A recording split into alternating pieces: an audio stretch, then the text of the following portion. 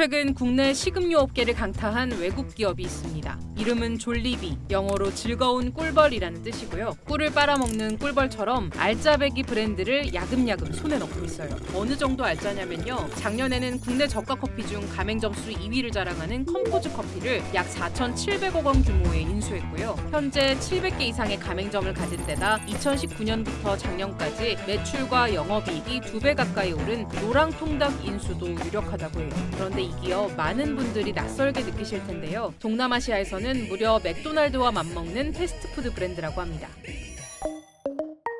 졸리비는 1978년 필리핀에서 창립돼 벌써 50년 가까운 역사를 가졌는데요. 구매력, 신뢰도 등에서 동남아시아 내 1위 식품 브랜드로 꼽히기도 하고요. 전 세계 20여 개국에 2천여 개의 매장이 있어서요. 유학이나 관광 등의 이유로 현지에 가본 사람들한테는 익숙하다는데요. 헐, 나 여기 치킨 좋아해. 졸리비 맛있는데 들어오면 좋을 듯? 초쳐서 미안한데 나는 정말 노맛이라고 느꼈어서 호불호 꽤 센 것 같더라고. 그런데 최근에는 동남아시아를 넘어 세계 식음료 업계의 다크호스로 떠오르는 중이에요. 미국의 커피 전문점 커피빈, 홍콩 딤섬 전문점 팀호원 등 10여 개 유명 브랜드를 직접 인수하거나 특정 국가 내 사업권을 확보했거든요. 특히 2012년 졸리비가 인수한 베트남의 하이랜드 커피는 적극적인 매장 확장과 현지화 전략으로 850개 매장을 가진 베트남 최대 커피 체인이 됐는데요. 베트남은 필리핀 다음으로 졸리비 매장이 많은 나라여서요. 이제 베트남처럼 우리나라에도 졸리비가 상륙하는 건가 싶지만요. 그런데 졸리비는 왜 직접 매장을 열지 않고 국내 브랜드를 먼저 인수한 걸까요? 졸리비라는 브랜드에 대한 인식이 한국에서 높지는 않은 편이에요. 한국 시장이 경쟁이 너무 치열하고 한국 고객들의 브랜드 충성도가 상당히 높이 있는 시장이기 때문에 전국 단위로 매장을 갖춘 컴포즈 커피나 인지도 높은 노랑통닭을 통해서 한국 시장에 대한 진입 장벽을 낮추는 전략을 사용하고 있다고 저는 생각합니다.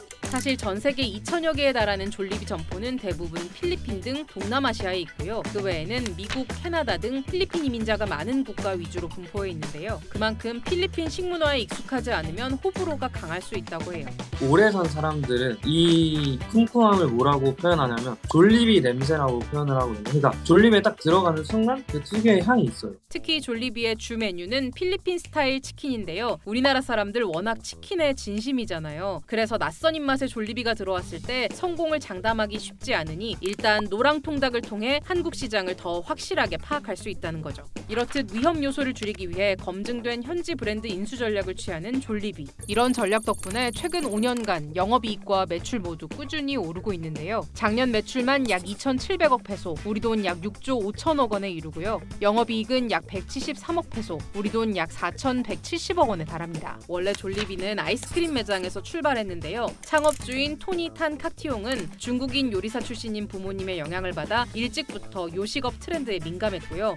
1978년 무렵 패스트푸드를 좋아하는 필리핀 내 트렌드를 파악하고 과감하게 샌드위치와 햄버거 등으로 주 메뉴를 바꿨어요. 하지만 3년 만에 최대 위기를 맞는데요. 글로벌 공룡 맥도날드가 필리핀에 진출한 겁니다. 당시 매장이 5개에 불과하던 졸리비의 창업주는 발상의 전환을 꾀하는데요. 많은 세계인에게 사랑받는 맥도날드와 진검승부를 펼치는 대신 치밥이나 스파게티처럼 필리핀 사람들의 식성에 맞춘 메뉴를 출시한 거죠. 이 졸리비에 있는 스파게티가 맥도날드에 비교했을 때 압도적인 사랑을 더 많이 받거든요. 근데 그 이유가 맥도날드 스파게티는 좀 뭔가 모든 사람이 즐길 수 있는 그런 맛이라면 졸리비 같은 경우에는 좀 더 현지에서 먹는 예를 들어 바나나 케찹이나 햄이나 이런 것도 필리핀 소시지를 사용해서 훨씬 더 필리핀스럽게 잘 녹여냈다고 생각을 해요. 결국 졸리비는 맥도날드를 제치고 필리핀 내 최대 패스트푸드 기업으로 성장할 수 있었고요. 심지어 졸리비의 영향으로 지금은 필리핀 맥도날드에서도 치밥 등 현지화된 음식을 맛볼 수 있다고 해요. 그리고 이러한 경험을 토대로 해외 진출 시 면밀한 시장 검토를 통해서요. 직접 매장을 열거나 현지 브랜드를 인수하는 전략을 취한다고 볼 수 있죠.